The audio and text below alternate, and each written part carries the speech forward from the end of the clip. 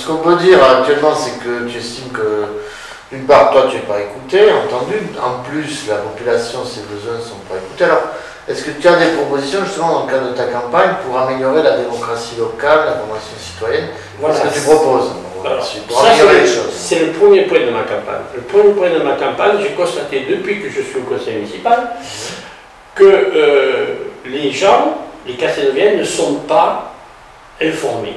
Quand je dis ne sont pas informés, ça veut dire que, par exemple, avant chaque conseil municipal, l'ordre du jour du conseil devrait être affiché 10 jours avant, soit sur le site de la mairie. Bon, moi je l'affiche sur mon blog, donc les Castelnoviens peuvent le voir. Ensuite, le voir à ton initiative, par exemple. À mon initiative, oui. C'est-à-dire que moi je reçois un fichier papier, ce qui est incroyable à l'époque Internet, alors qu'on pourrait recevoir un fichier numérique, ce qu'on a demandé. J'ai demandé, quand je suis rentré au conseil municipal, que ce soit comme ça, mais la municipalité a toujours refusé. Donc tu fais une proposition de... Donc moi, si j'étais maire, je proposerais de mettre sur le site de la mairie 10 jours avant l'ordre du jour du conseil municipal.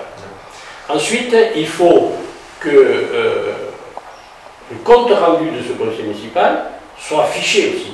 Parce qu'il faut que les Castelnoviens sachent qui vote quoi, qui intervient, qui pose des questions écrites.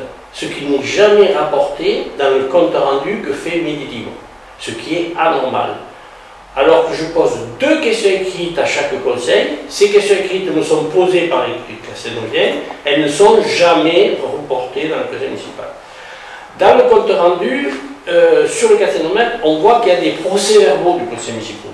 Or, ce ne sont pas des procès-verbaux parce qu'il manque les décisions du maire, c'est-à-dire les décisions qu'il a prises entre les 2 conseils municipaux. Par exemple, les contrats qu'il a signés avec les entreprises, les achats et les ventes, par exemple, achat ou vente d'un terrain. On n'est pas toujours en CDI, parfois. Et donc, il y a tout plein de choses qui ne sont pas marquées. Par exemple, les votes des conseillers municipaux, on ne voit pas, on ne sait pas. Dans le compte rendu, qui est sur le Castelnovien, on ne sait pas qui a voté. On ne sait pas, donc on n'a pas aussi les questions écrites qui ont été posées. Donc les Castelnoviens ne savent pas ce qui se passe. Et après, est-ce que tu as des propositions pour que les souhaits des gens soient entendus, des référendums, choses comme ça? Voilà, mais moi je suis effectivement pour que les grands travaux, comme les travaux du centre-ville, l'espace socio-culturel à 8 millions d'euros, ne soient pas décidés par un entourage autour du maire, où on ne sait pas quel groupe a décidé. Donc moi je suis pour que les citoyens soient informés et que, après tout, ils votent sur un grand projet comme ça, qui soit faire un référendum local, municipal, ou une consultation par Internet, de façon que les gens décident. Mais avant de faire une consultation, il faut d'abord informer du projet. C'est-à-dire qu'il faut une vraie concertation, il faut voir quels sont les arguments et pour, et les arguments contre, il faut qu'il y ait un dialogue, il faut vraiment une vraie concertation. Voilà. Donc ça,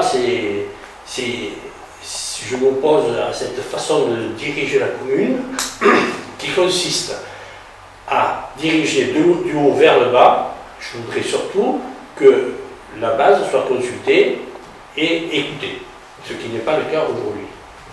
Ensuite, pour compléter ça, je voudrais que dans Castelnau, les gens se rassemblent dans des associations de quartier pour faire remonter leurs besoins et pour faire remonter les problèmes qu'il y a dans les quartiers, et que ces associations soient entendues devant le conseil municipal à leur demande s'il y a des problèmes.